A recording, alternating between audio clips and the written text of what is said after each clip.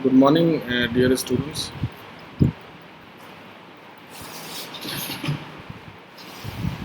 Today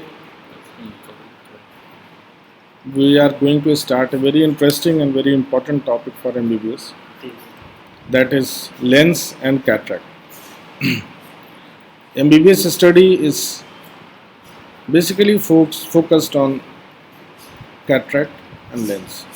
Most of the questions that will be asked you in your Viva exams or professional exams will be related to cataract. We don't expect very high-fi retina scoring from you, but cataract every MBBS student should be known. That is why it is a very important topic. And I will be teaching you on different headings. To start with, I will be talking about the basic science, anatomy, physiology of the lens. Then the definition, the different causes, signs and symptoms, and different surgeries available till date. Complications of cataract surgery, and lastly about congenital cataract.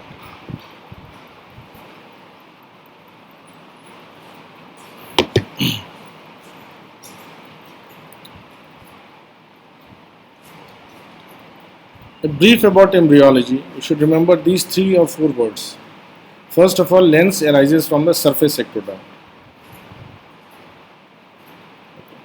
Only the zonules starts from the neuroepithelium. These words, lens placode and lens pit, should be mentioned when you write a short essay question or short type of questions asked on the embryology of lens. The lens divides the eye into 2 parts, anterior segment and the posterior segment. And likewise, we also develop our clinical acumen as an anterior segment surgeon and posterior segment surgeon. The lens is included in the anterior part. It is 9 mm in diameter and 4 mm in thickness. Interesting thing about lens is that it is covered with a capsule, and that capsule is the thickest basement membrane of the body. It's type 4 collagen, again a PG entrance MCQ question.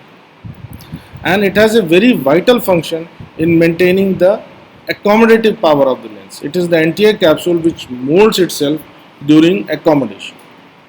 Anterior capsule is 4 times thicker than the posterior capsule. And most of the metabolism and of the lens depends on the lens fibers, which are basically situated in the equatorial area of the lens. Lens is divided into, I told you, it's covered with a capsule, it has a central nucleus and a peripheral cortex. There is a Y-shaped suture. Again, MCQ questions are made on the shape of the Y-shaped suture.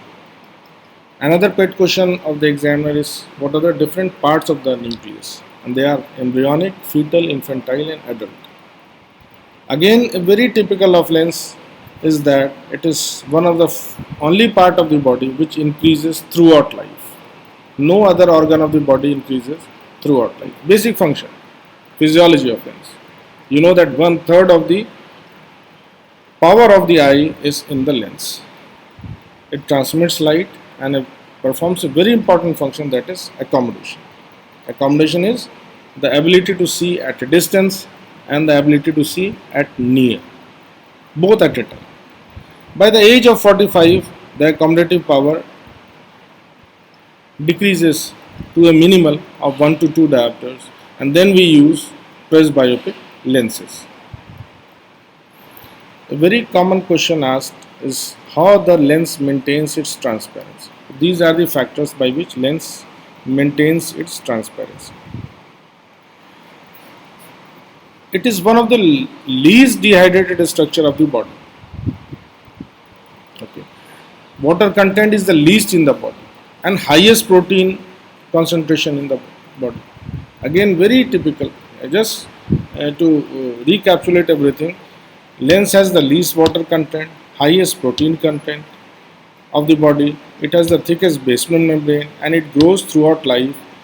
At birth, it is 60 milligram, and by the age of 60 or so, it becomes 260 milligram. You can just imagine 4 times increase in size throughout life. What are the factors which causes cataract? Basically, it was considered to be a senile change. But other factors like ultraviolet rays, vitamin and antioxidant deficiencies, diabetes, intake of corticosteroids, and many other drugs, smoking, and genetic factor do cause early cataract. These are the biochemistry or pathology of pathogenesis of how lens get cataractus.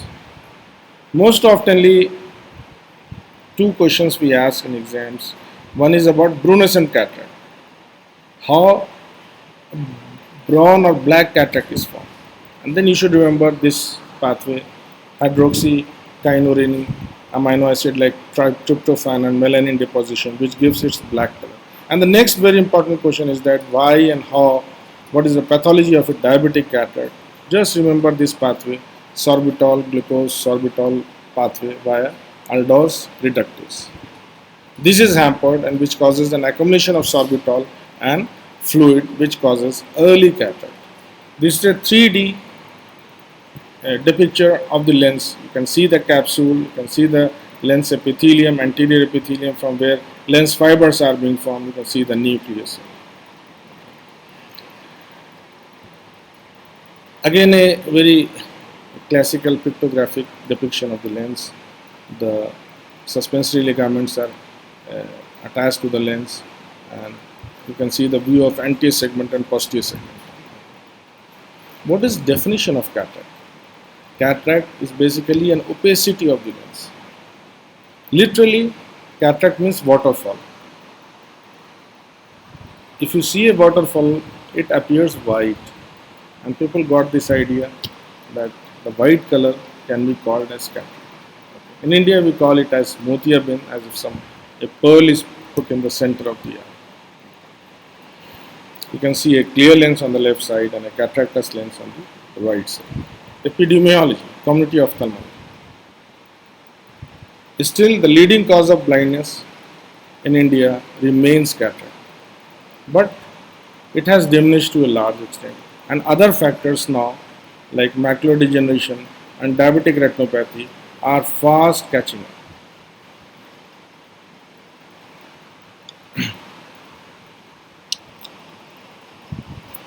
The other causes of cataract, as I told you, apart from senility, it is different systemic diseases, medications, very commonly asked in question, as a viva voce question, like steroids and chlorpromazine, chloroquine.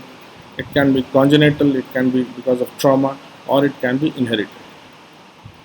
With this, I stop today's talk, and in the next talk, we'll be talking about the anatomical classification and the different surgeries for cataract. Thank you very much for attending the class. Thank you.